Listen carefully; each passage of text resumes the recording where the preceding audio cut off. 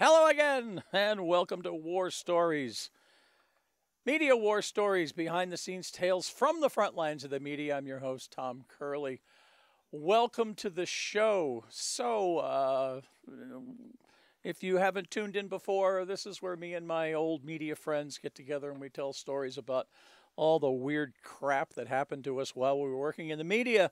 And of course, one of my favorite cohorts is the inimitable Gary Armstrong, veteran TV reporter from Boston. Gary, how are you on this fine day? Doing pretty well. I'm in, I believe, my second week now with the two cochleas, and I'm continuing to discover all the sounds that I didn't realize were around. And part of it is discovery, and part of it is why doesn't that sound go away? I never noticed it getting in the way of my enjoying things. So it's a work in progress. I know that's a cliche, but that's what it is, and it's kind of exciting, actually.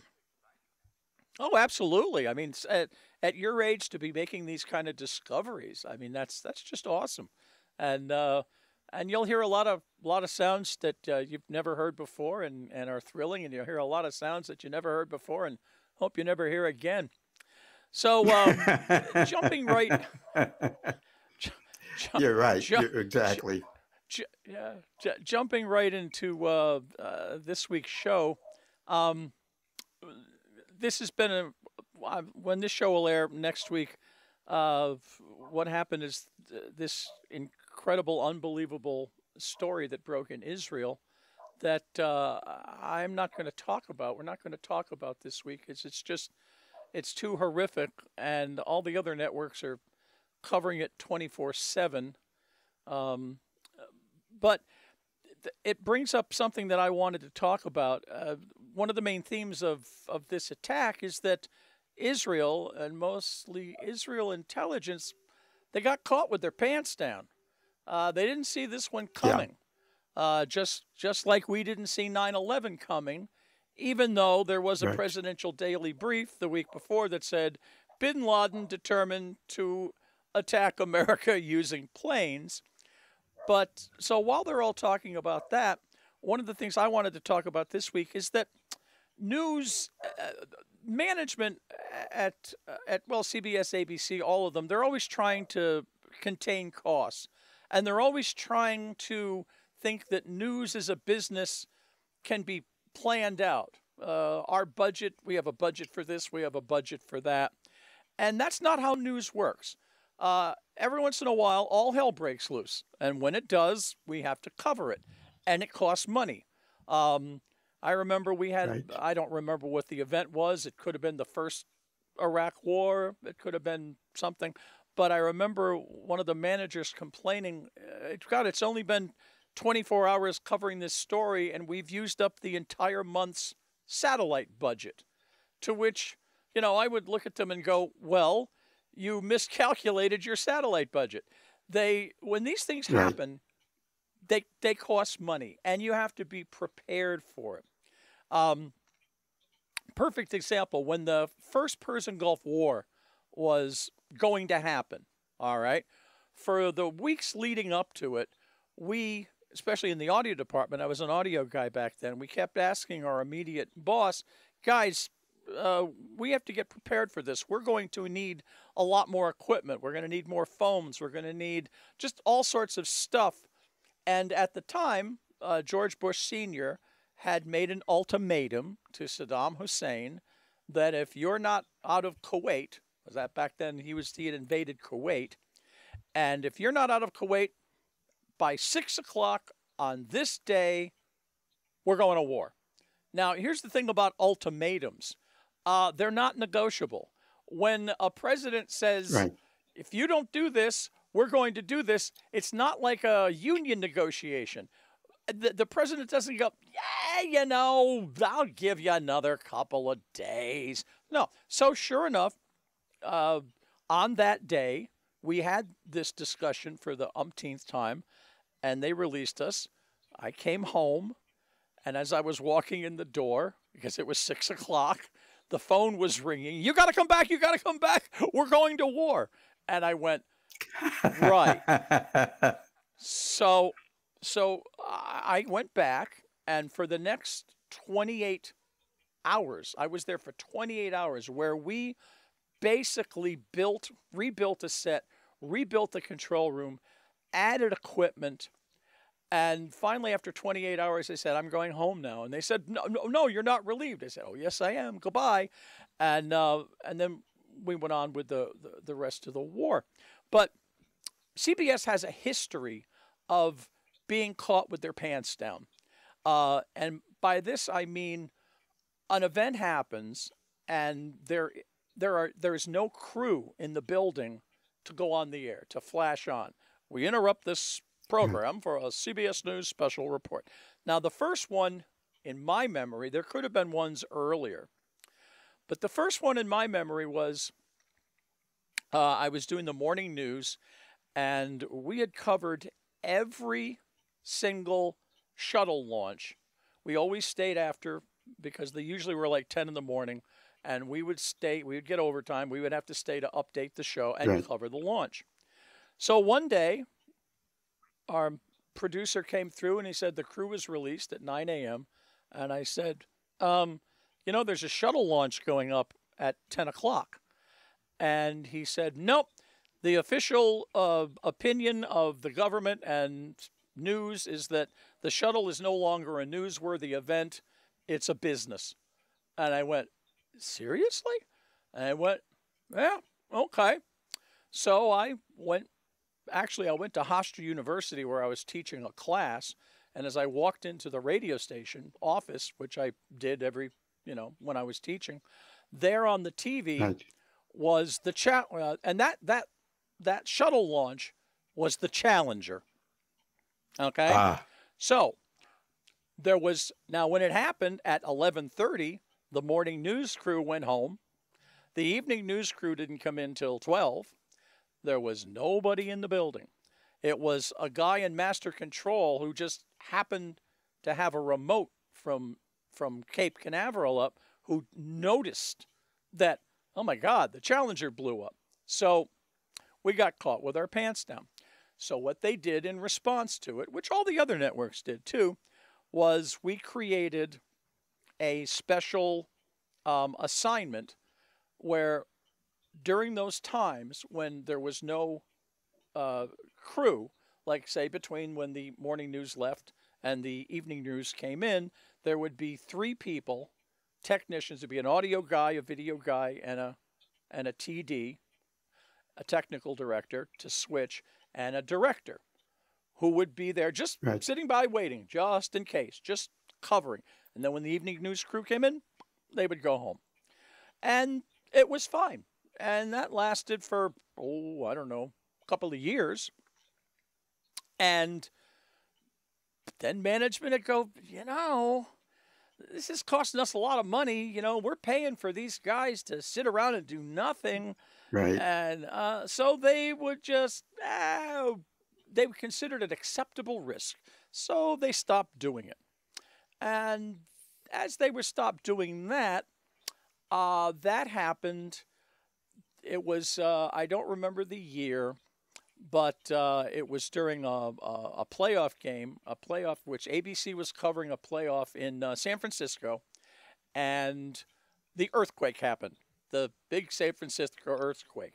Well, once again, now ABC had fantastic coverage. They were covering a baseball game, so they had full crews and everything. We, again, had nobody, all right? But CBS had made a plan, even though we didn't have any people, okay? They had a plan. We had a flash studio. It was a little studio designed just for that. And to get away with not having a crew, we put a special microphone. It was called a PZM mic. And it's a little flat mic that you could put on the desk, and it would pick you up just fine, perfectly. So there was nobody needed to put a microphone on. The talent would just come in and put his earpiece in, and we had a camera up on a shelf that looked down at the studio. And this went directly to the transmission center.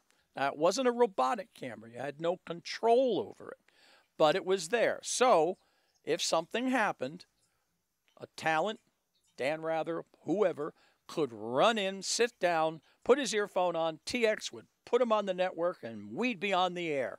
No technicians needed. So that's exactly what happened during this earthquake. All right. So, Right. but what really happened, what the people at home didn't know is that sometime in the months before when this camera was installed and this whole system was set up, and I was in on discussions and setting it up, somebody, probably a stagehand, one day adjusting a light or doing something, must have bumped the camera, okay? So it was no longer aimed correctly. And nobody noticed because the camera was always looking down at the desk, but it was never looking down at the desk when there was a person there. So what happened is when Dan Rather ran in, sat down, they put him on the air. But the problem is that, let's see if I can do this. I can hear it coming.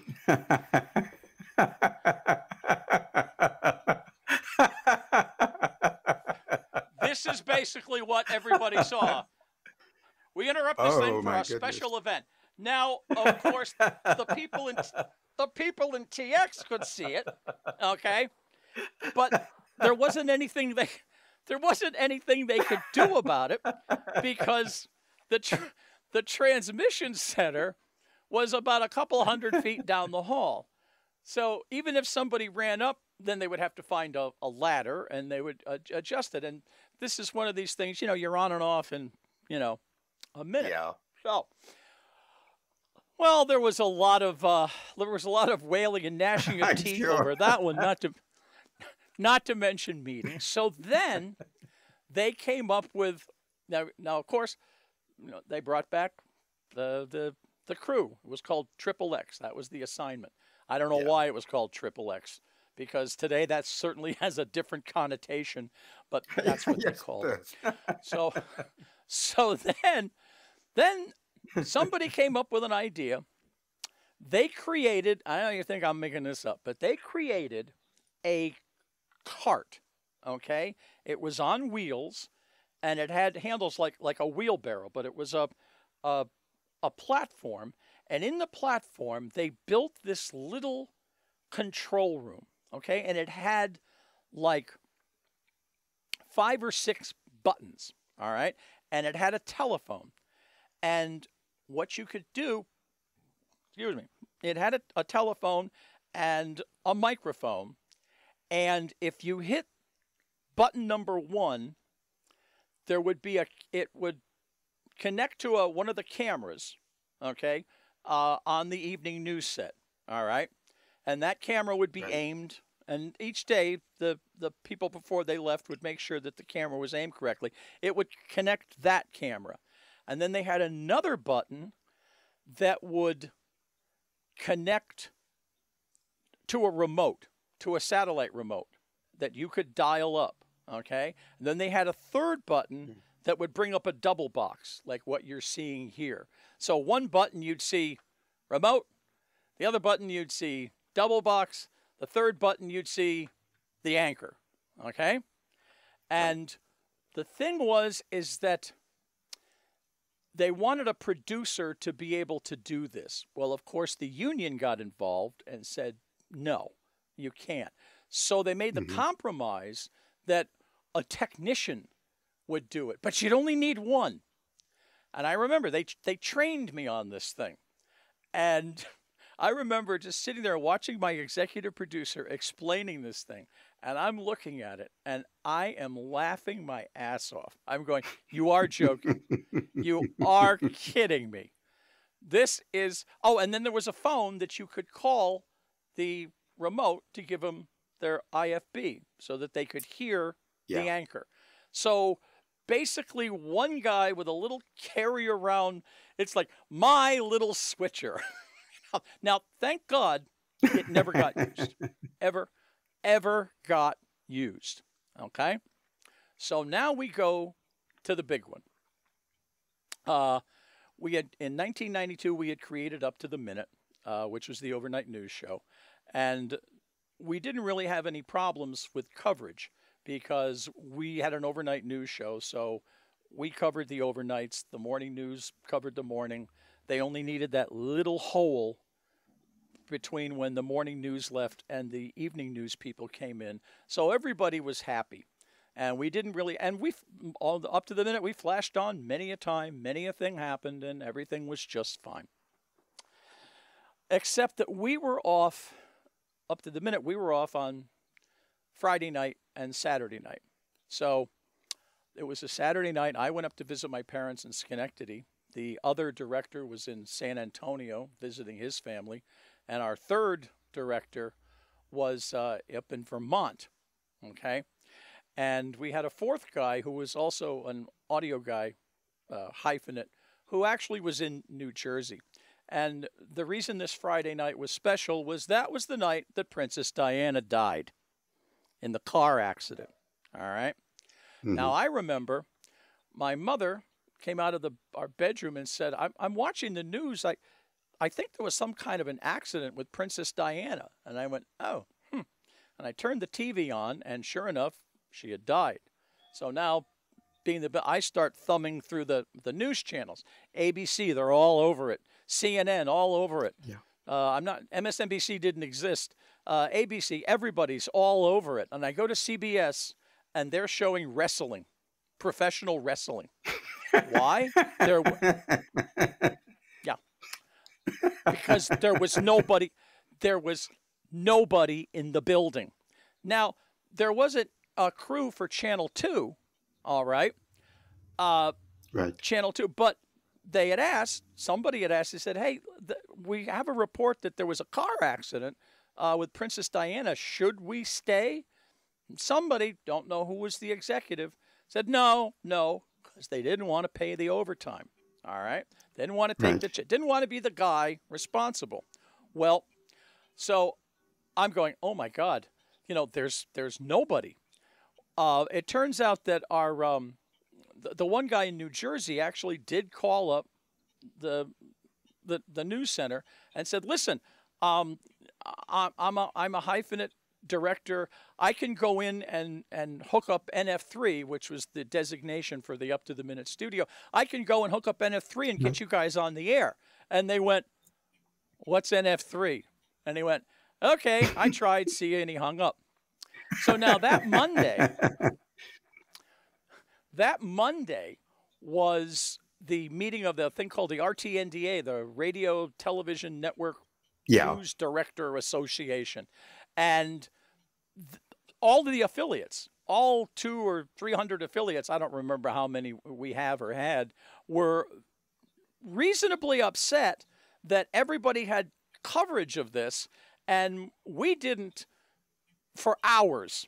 So they created the Bulletin Center. Now, the Bulletin Center was a collection. It was basically 2 technicians who were also directors, 2 hyphenates, 2 producers, and an announcer, okay?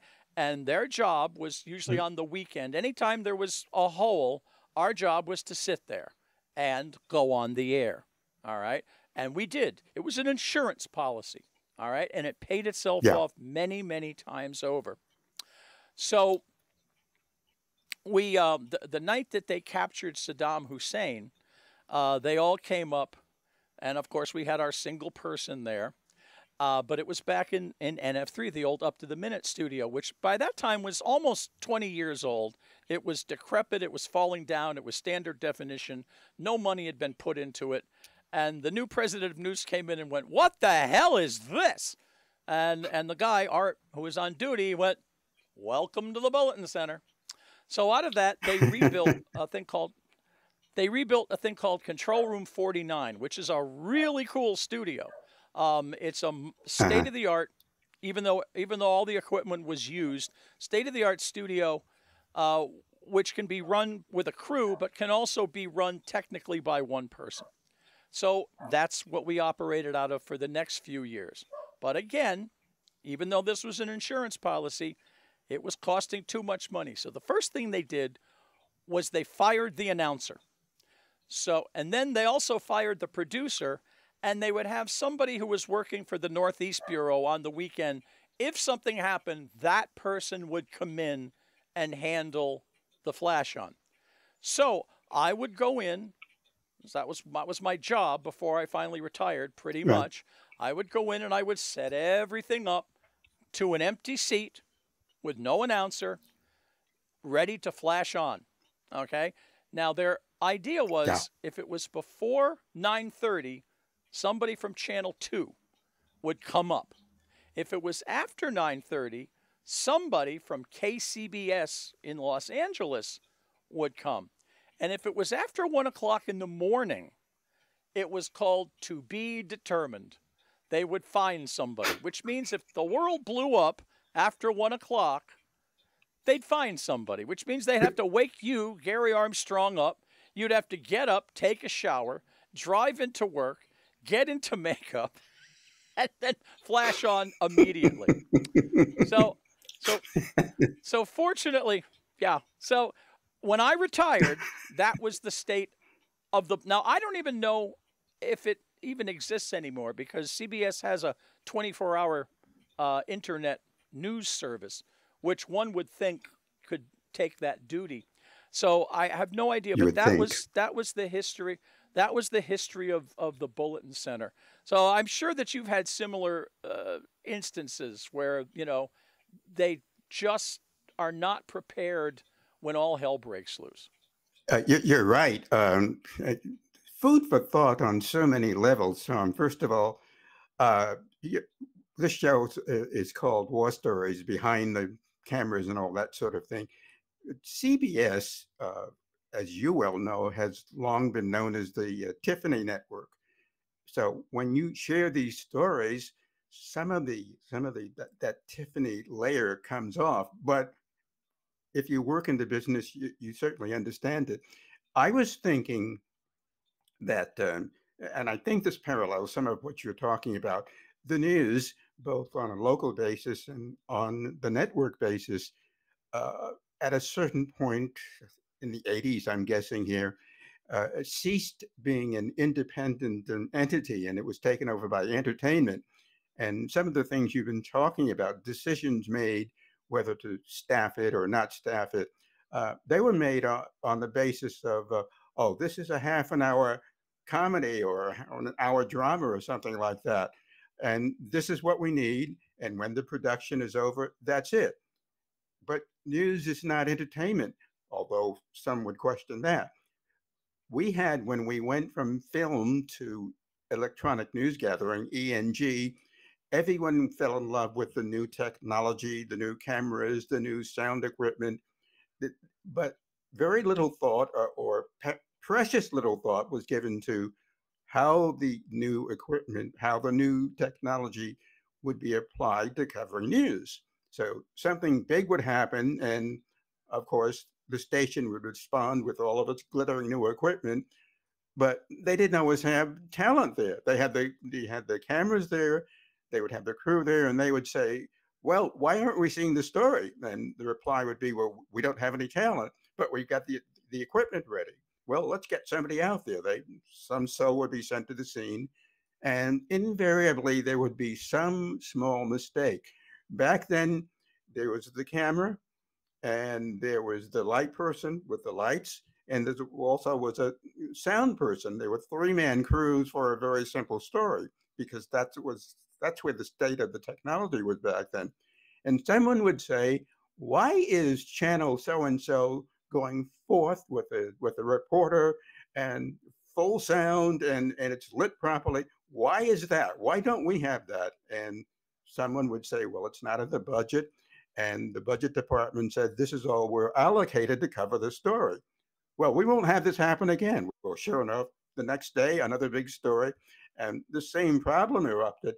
And this time, the reporter got blamed for the incident because he was not there. And the answer was, someone said, "Well, we don't need a reporter there because the equipment will show the scene." The news director normally would be fired. The GM would back off and say, "Well, it's not our fault. Advertising told us this wasn't big enough to have a full blown coverage of it. So we went on the basis of what advertising told us. So the answer was, and the people in the press, the media critics, posed the question in bold print: who's running the news? The microphone people? Do they have real news people? And it came down to news time, deadline time. The news director would walk in and say, "This is a team effort, but let's make sure those cameras are right where they're supposed to be." Now, who's going to be behind the microphone? And it was clear that because the consultants were there, the people from the advertising department were there, it was clear that they were more in love with having all of the equipment set up. They weren't quite sure how it worked, but they just wanted to see the equipment because the equipment was sold by, and it came to fruition that there was a link between the advertising department and the people who were getting the equipment from. The news stories, well, if it didn't run long enough or if it ran too short, they had problems because if it was an entertainment show, they knew sure enough it would run in the designated time slot. So what I'm saying is on a local basis, we were going through the same problems that you were. And I don't know what it's like now. I have to think that with the internet being available now, and the internet adds to the list of duties that reporters have and camera people have, so forth, because you both have to serve the internet and you have to serve your TV viewers. And what I have heard, because I'm the guy who's been retired for 20 years, so I'm talking about what I hear from people who are working right now, is that it's a pig, blah, blah, blah, blah, blah. It's so the situation still has not been resolved. Yes. Progress, right? Progress. Well, now just before I left, and again, I don't know if this is the way it is today. I'm going to think that they've figured it out. But when they first started CBSN, the internet CBS news, their version of 24-hour news, they took over basically what was Control Room 58, which was identical to the CBS Evening News control room. It used to be the control room for the morning news when they were outside of the building. And it's a full-blown control room. But they didn't want a crew, okay? So there is these things that I think local news is using, and a lot of local stations are using, where it's a whole automated system where one person, the quote-unquote director, all right, can run the whole show. Now, it has to all be pre-programmed, so it can take all day. So what happens is you input all of the commands, and then you just hit a button like the space bar, and when you hit the space bar and it rolls the animation. You hit the space bar again, excuse me, it dissolves to camera one, the anchor. You hit the space bar again, it zooms into the anchor. You hit the space bar again, it makes the font, rolls the font. Hit the space bar again, it loses the font, rolls the first piece. And so all the guy's got to do, even though it's taken him all day to input this, all he's got to do is just keep hitting the button and everything works. And everybody goes, this is awesome. Now, when they first introduced me to it, I said, I don't know how to tell you this, guys, but, we spend all day planning an evening news show or a morning news show, but sometimes news breaks and you have to change. What happens there? And they go, no problem. You can break out of the automation system at any time and go live. To which I went, with what? There's only one guy there. Okay? Right. The audio booth is in another room. Okay? The video's over there. The Chiron's back there. Because this is a regular studio. Yes. Well, So now just before I retired, and I went in to see this because I'd always been involved in the internet, here's what I saw. Because they wanted for emergencies, okay? So just in case there was that kind of an emergency, They had a TD sitting in front of the switcher. They had a video guy sitting in the video. They had a Chiron operator and a PA to give them the Chirons, and we had an audio guy whose job was to make the phone calls for the IFBs. And then in the middle was this director with his automation system programming everything all day so that they could sit there during the half-hour show or hour show that they were going to do and watch that guy hit the button. And I just sat there going, you have an entire crew sitting there doing nothing that you're paying. Why don't you just do the show live? And they looked at me like, oh, what's your point? And shortly after that, I retired. So I don't know. Good timing. I've never understood. Good timing. I've never understood how they think. Now, at the time, the reason the Bulletin Center, they had a two-tiered system. The people on the internet, the technicians, the audio guys, they were at a different tier. They were getting paid less money, and the contract was somehow, well, because of that, they weren't allowed to go on the network. They could go on the internet, but not the network. Now, I think I heard maybe that's been resolved, which, quite frankly, it was wrong for them to be paid less to begin with. And it's also just, I mean, if they're there all the time, let them be the ones that, that flash on. So that's the story of being caught with your pants down. And we have run out of pants. Well, no, actually, we've run out of time. And now we got to cover the plugs. Yep. Here we go. Okay. Serendipity Seeking Ka-ching. Intelligent Life on Earth. Ka-ching, Marilyn's blog we all contribute to. Voicescapes Audio Theater, the best in audio, drama, and comedy. We have a performance coming up next week that we're all really excited about. A half-hour radio show, funny stuff from the 80s. My sister podcast, Get Off My Lawn, starring me. And we talk about life, the universe, and everything. So I think we've talked enough. We'll see you next week. Goodbye.